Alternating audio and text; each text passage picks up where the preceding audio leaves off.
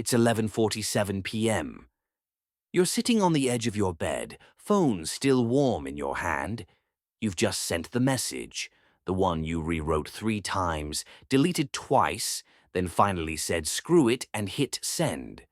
You didn't shout, you didn't insult. You just told the truth.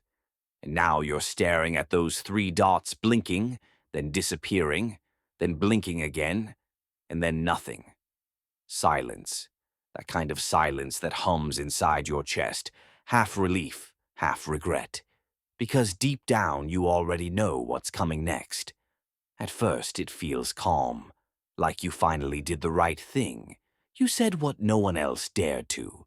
But then the calm cracks. You start replaying every word, every comma, every tone that could have been too blunt, too cold, or too honest. And when her reply finally lands, it's not a conversation. It's an explosion. She calls you cruel, insensitive, maybe even a narcissist, and you sit there blinking at your screen, wondering, how did telling the truth make me the villain? Here's the uncomfortable part. It's not really about what you said. It's about what the truth does. See, truth doesn't just reveal reality. It exposes illusion.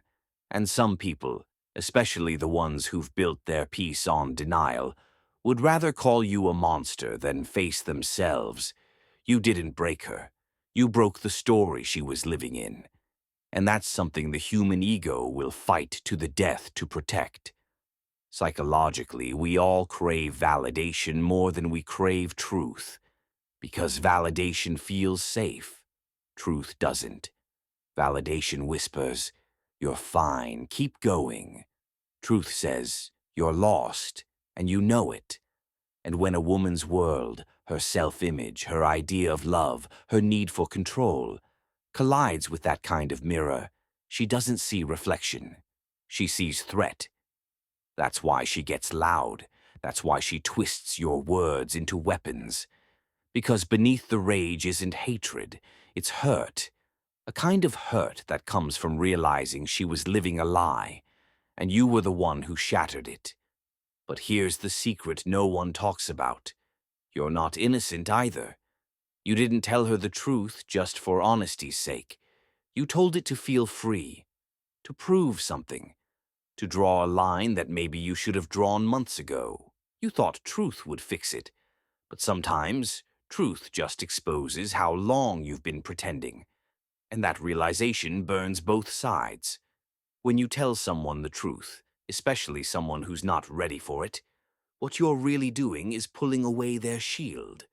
And what's underneath isn't evil. It's fear. Fear of being unlovable. Fear of being seen. Fear that maybe the version of themselves they've been clinging to was never real. And so they fight, not against you, but against the collapse of their illusion.